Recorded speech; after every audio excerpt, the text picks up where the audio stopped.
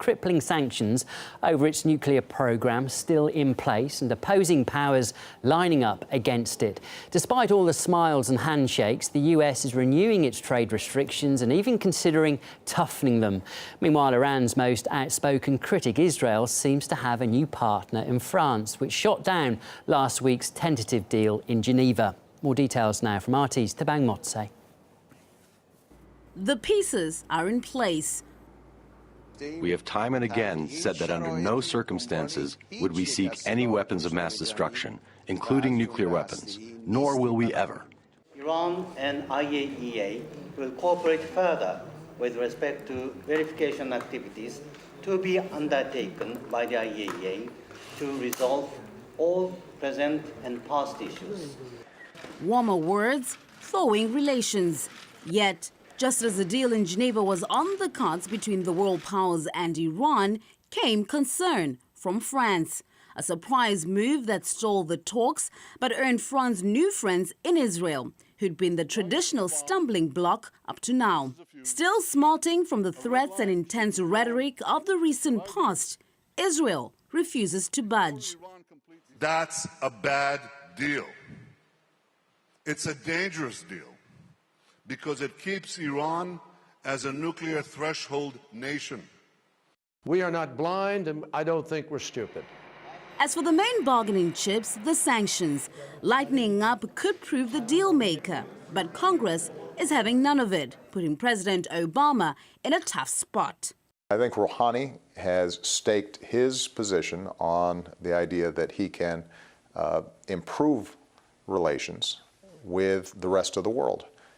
And so far, he's been saying a lot of the right things. If I were the Prime Minister of Israel, I'd be very wary as well of any kind of talk from the Iranians. And then there's the bargaining hammer. Israel building more settlements when things don't go its way, approving more units only last month, leaving U.S. Congress to get trigger-happy with more sanctions. Don't rush into a bad deal with Iran. We already know how Israel's Benjamin Netanyahu feels, advocating his case on Twitter through yet another colorful graphic presentation. And the red carpet will be rolled out for its newfound French friend, President Hollande. It's tough to predict whether the P5+1 will equal unity when they get back around the table next week in Geneva. Tabang Motse, RT, Moscow.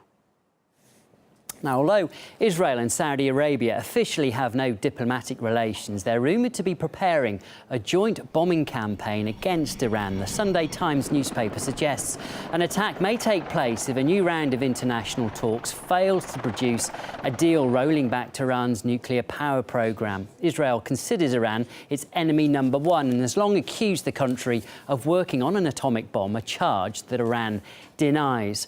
Well, under the strike plan, Saudi Arabia would grant Israel the use of its airspace. It would also assist Israel in the deployment of combat drones, helicopters and tanker planes.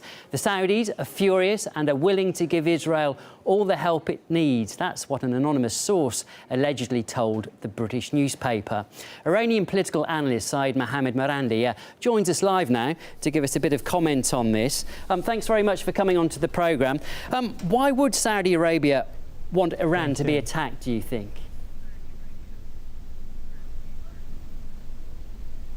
Well, we don't know if these reports are true, but the Saudis and the Israelis are moving closer and closer to one another. However, it's highly unlikely that the Saudis or the Israelis would really want to attack Iran, because at the end of the day, both countries would be losers. They would be seen as aggressors, and obviously the Iranians would retaliate. The Saudis would be very vulnerable. It would create an economic catastrophe for the world, and only the Saudis and the Israelis would be to blame. And the Israelis would, of course, be facing retaliatory attacks from the Iranians.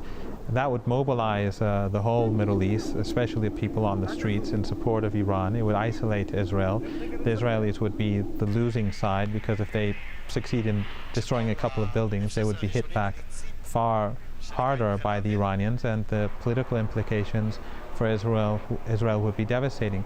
So I don't think that people really believe that a strike is anywhere is imminent, or there's even any realistic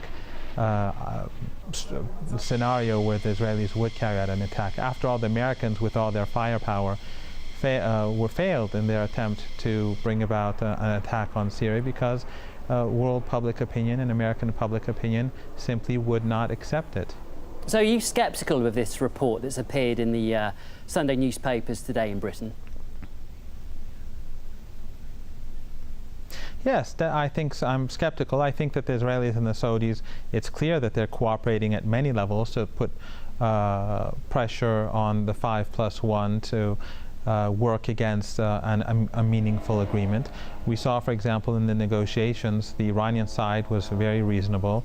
The American side, of course, was discredited because the Americans agreed to one thing, and then when the French came, the French foreign minister, and changed the whole text, the Americans changed their position, and afterwards the American Secretary of State had the audacity to claim that it was the Iranians who were at fault.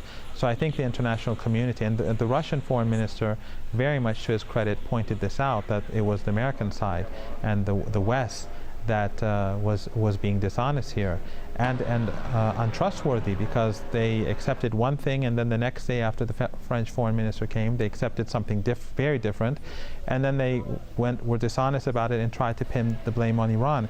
So I think this strengthened Iran's position a great deal, these negotiations. It showed both to the Iranian public and to the international community that the problem never lied with Iran, and it was really the West has been dishonest and that has been trying to deprive the Iranian people of their rights and pursuing illegal sanctions against ordinary Iranians at the same time.